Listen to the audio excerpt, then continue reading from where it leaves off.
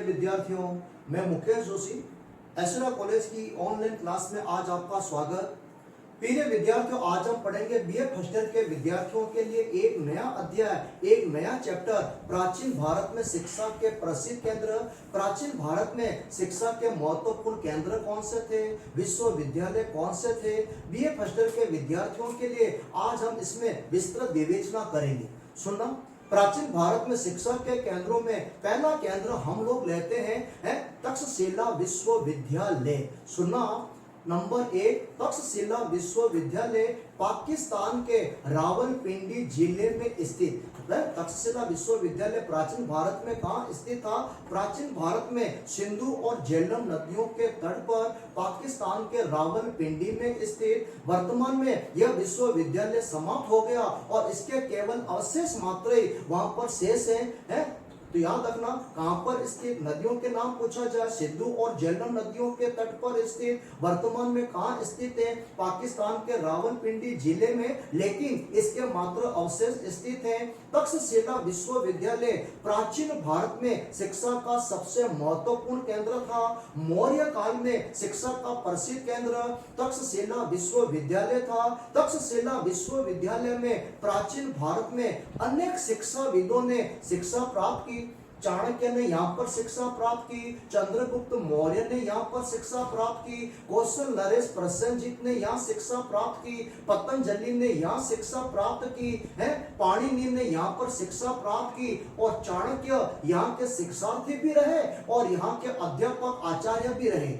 तक्षशिला विश्वविद्यालय जो प्राचीन भारत का सबसे प्रसिद्ध महान शिक्षा का केंद्र था। यहाँ पर प्रवेश पाने की आयु थी 16 वर्ष और यहाँ पर शिक्षा का माध्यम था संस्कृत भाषा में शिक्षा दी जाती थी। तक्षशिला विश्वविद्यालय की खोज 1980 में मार्शल ने की है। इसकी खोज इसने की, मार्शल ने, 1980 नहीं, इसकी खोज की थी मार्शल ने और 1980 में यूनेस्को ने इसे विश्व विरासत धरोहरों की सूची में शामिल किया। यह था प्राचीन भारत का महान शिक्षा का केंद्र तक्षशिला विश्वविद्यालय। तक्षशिला विश्वविद्यालय के बाद शिक्षा का एक महान केंद्र था नालंदा विश्वविद्यालय। नालंदा विश्वविद्यालय का निर्माण गुप्त शासक कुमारगुप्त प्रथम ने कराया। यह विश्वविद्यालय बिहार के पटना के बड़ गांव में स्थित है। नालंदा विश्वविद्यालय प्राचीन भारत का पहला विश्वविद्यालय था जो आवासीय विश्वविद्यालय था। तो प्राचीन भारत का प्रथम एकमात्र आवासीय विश्वविद्यालय कौन सा था? नालंदा विश्वविद्यालय।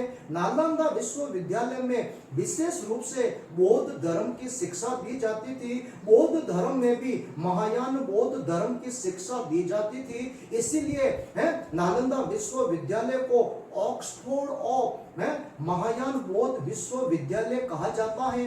यहाँ पर बौद्ध धर्म की शिक्षा के साथ साथ विभिन्न विषयों की शिक्षा दी जाती थी। तर्क की शिक्षा, विज्ञान की शिक्षा, गणित की शिक्षा, कृषि की शिक्षा, व्याकरण की शिक्षा, विभिन्न विषयों की यहाँ पर शिक्षा दी जाती थी।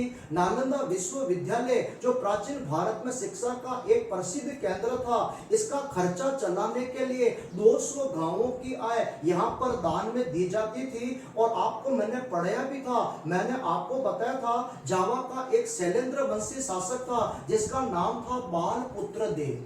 बालपुत्र देव ने बंगाल के पाल शासक देवपाल से रिक्वेस्ट की, मुझे नालंदा विश्वविद्यालय में एक विहार बनाना है और विहार बनाने के लिए मुझे 5 गांवों की आय दान में चाहिए। और बंगाल के पाल शासक देवपाल ने बालपुत्र देव को वहां पर एक विहार बनाने के लिए 5 गांवों की आय दान में दे दी। प्रसिद्ध शासक था, नाम सुनोगा आपने, हर्षवर्धन। हर्षवर्धन के समय नालंदा विश्वविद्यालय शिक्षा के महान केंद्र के रूप में और ज्यादा उभर कर सामने आया और हर्षवर्धन ने नालंदा विश्वविद्यालय का खर्चा चलाने के लिए 100 गांवों की आय दान में दी। प्रसिद्ध चीनी यात्री का नाम सुना होगा, ह्वेनसांग है। प्रसिद्ध चीनी यात्री ह्वेनसांग हर्षवर्धन के समय में भारत की यात्रा की। प्रसिद्ध चीनी यात्री ह्वेनसांग भी है जो बहुत बड़ा विद्वान था, बहुत बड़ा बौद्ध भिक्षु था। उसके उपरांत भी उसने नालंदा विश्वविद्यालय की शिक्षा की प्रसिद्धि के बारे में सुना। बहुत बड़ा विद्वान होने के बावजूद हवेनसांग शिक्षा प्राप्त करने के लिए नालंदा विश्वविद्यालय गए। हवेनसांग नालंदा विश्वविद्यालय में रहकर वर्षों तक यहाँ पर विभिन्न विषयों की शिक्षा अर्जित की। हवेनसांग अपने ग्रंथ शीयुकी किसका ग्रंथ है? शीयुकी ग्रंथ है हवेनसांग अपने ग्रंथ शीयुकी में लिखता है, नालंदा विश्वविद्यालय प्राचीन भारत में शिक्षा का महान केंद्र था। इस विश्वविद्यालय में भारत से बहुत सारे विद्यार्थी शिक्षा अर्जित करने आते थे। भारत के साथ साथ विदेशों के भी विद्यार्थी यहाँ पर शिक्षा अर्जित करने आते थे। तो नॉर्मल सी बात है, देश के भी विद्यार्थी आएंगे, विदेशों से भी विद्यार्थी आएंगे, तो विद्यार्थियों की संख्या ज्यादा हो गई, लेकिन विद्यार्थी तो कम संख्या में पढ़ाना होता था। अब इतने सारे विद्यार्थियों को एडमिशन कैसे दिया जाए, और क्वालिटी का भी ध्यान रखते थे, गुणवत्ता का ध्यान रखते थे। हवेनसांग लिखता है, नालंदा विश्वविद्यालय में प्रत्येक विद्यार्थी को एडमिशन नहीं मिलता था। वह यहाँ पर एडमिशन लेने के लिए कठोर कंपटीशन की परीक्षा होती थी। वर्तमान समय में कंपटीशन की परीक्षा होती है।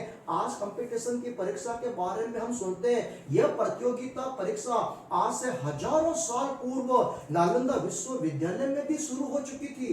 तो हवेनसांग क्या लिखता है, नालंदा विश्वविद्यालय में प्रत्येक विद्यार्थी को प्रवेश नहीं मिलता था।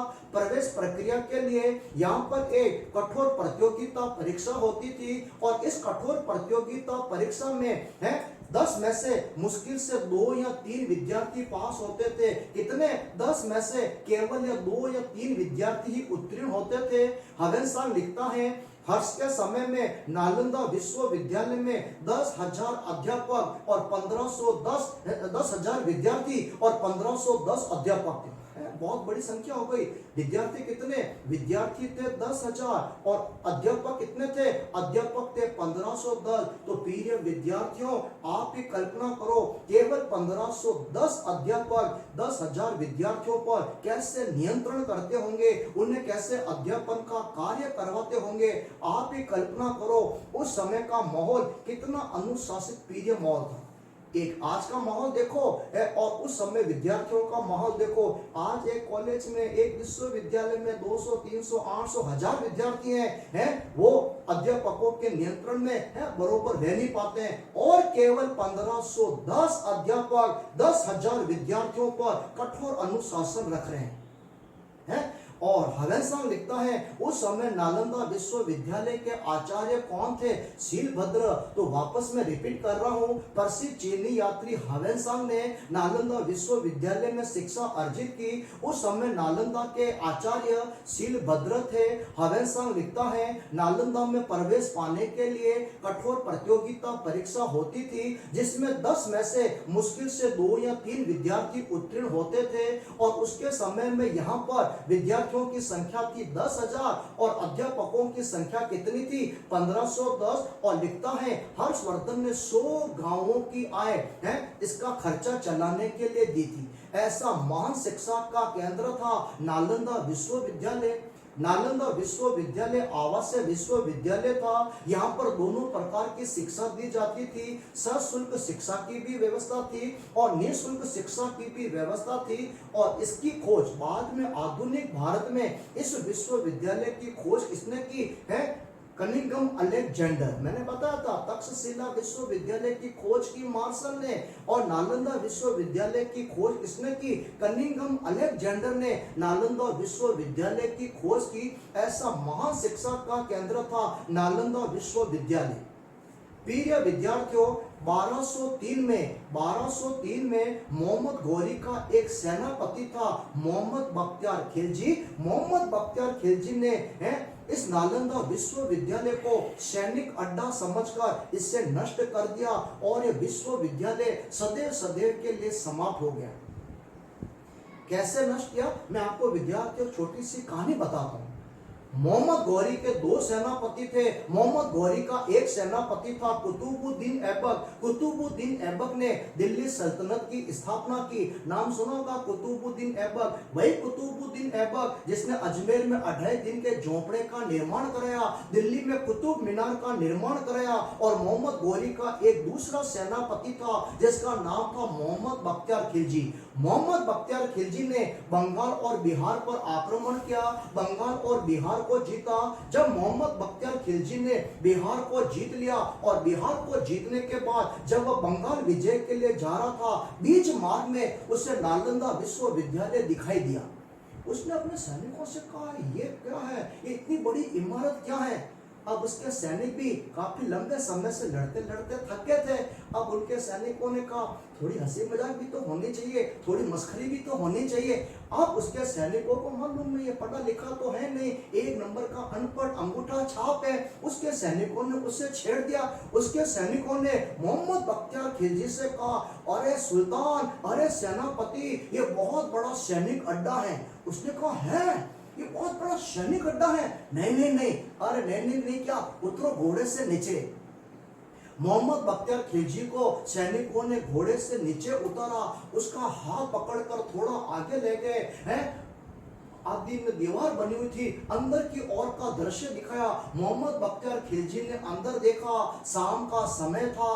कुछ सैनिक बेचारे बैठकर हैं अस्त्र शस्त्र की शिक्षा ले रहे थे। हैं सैनिक क्या, बौद्ध भिक्षु बैठे बैठे बौद्ध भिक्षु अस्त्र शस्त्र की ट्रेनिंग ले रहे थे। सैनिकों ने देखा वो बौद्ध भिक्षु बहुत बड़े सैनिक है, देखो हमारे खिलाफ लड़ाई का है अभ्यास कर रहे हैं। उसने देखा, हाँ बात तो सही है।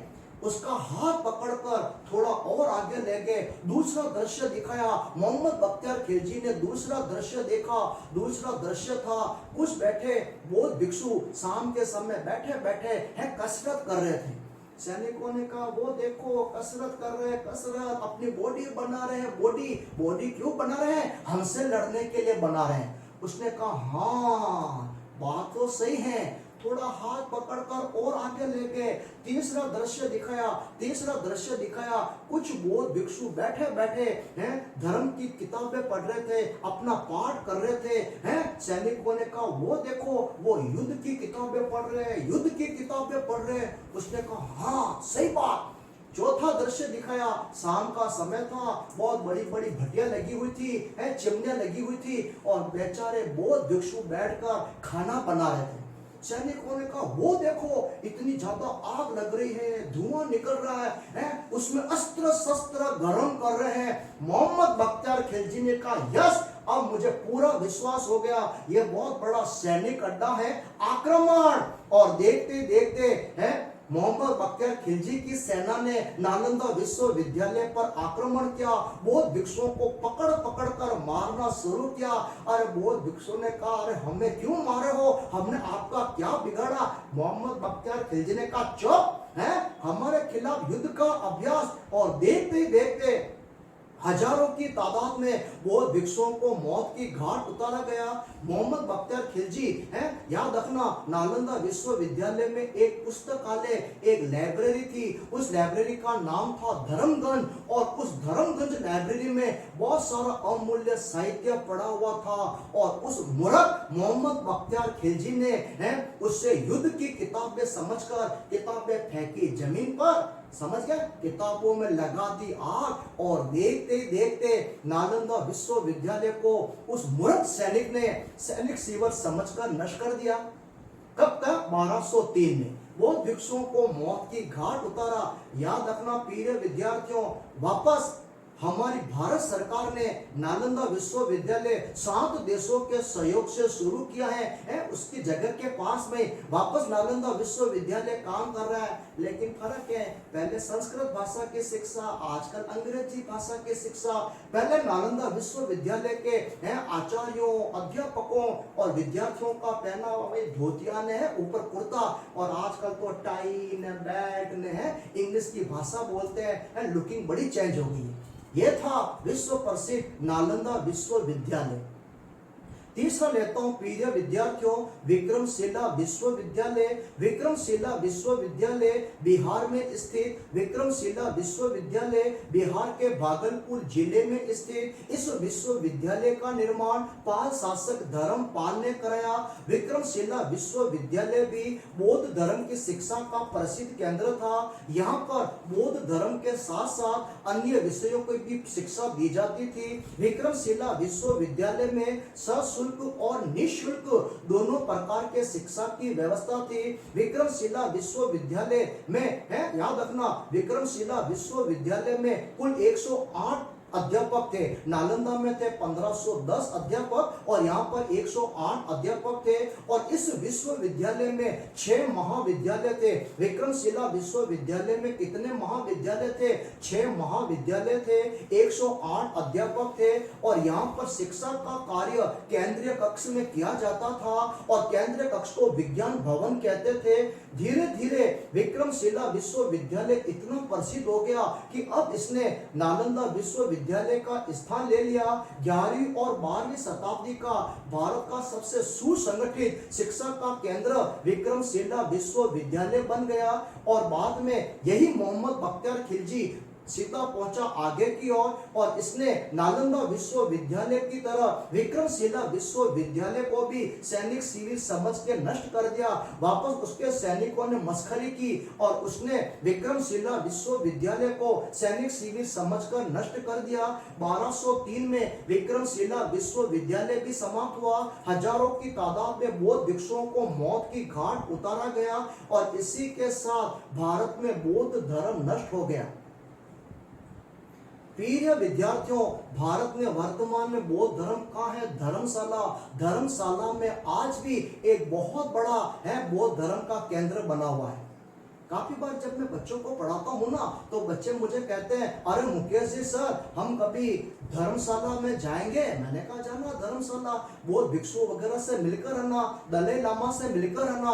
उसने कहा मुकेश जी हम धर्मशाला जाएंगे, वहां पर बौद्ध भिक्षुओं से मिलेंगे, दलाई लामा से मिलेंगे और उसको एक बात कहेंगे। मैंने कहा कौन सी बात कहोगे भाई? कि हम उसे कहेंगे, ए बौद्ध भिक्षुओं, मोहम्मद बख्तियार खिलजी याद है ना, आपका क्या हाल क्या था? अरे मैंने कहा भाई वह मोहम्मद बख्तियार खिलजी का नाम लेना मत, उनकी दुखती रग पर हाथ मत रखना, नहीं तो वो भड़क जाएंगे तो आपको वहां से जाना मुश्किल हो जाएगा। अब कहाँ है? Only for Dharamshala.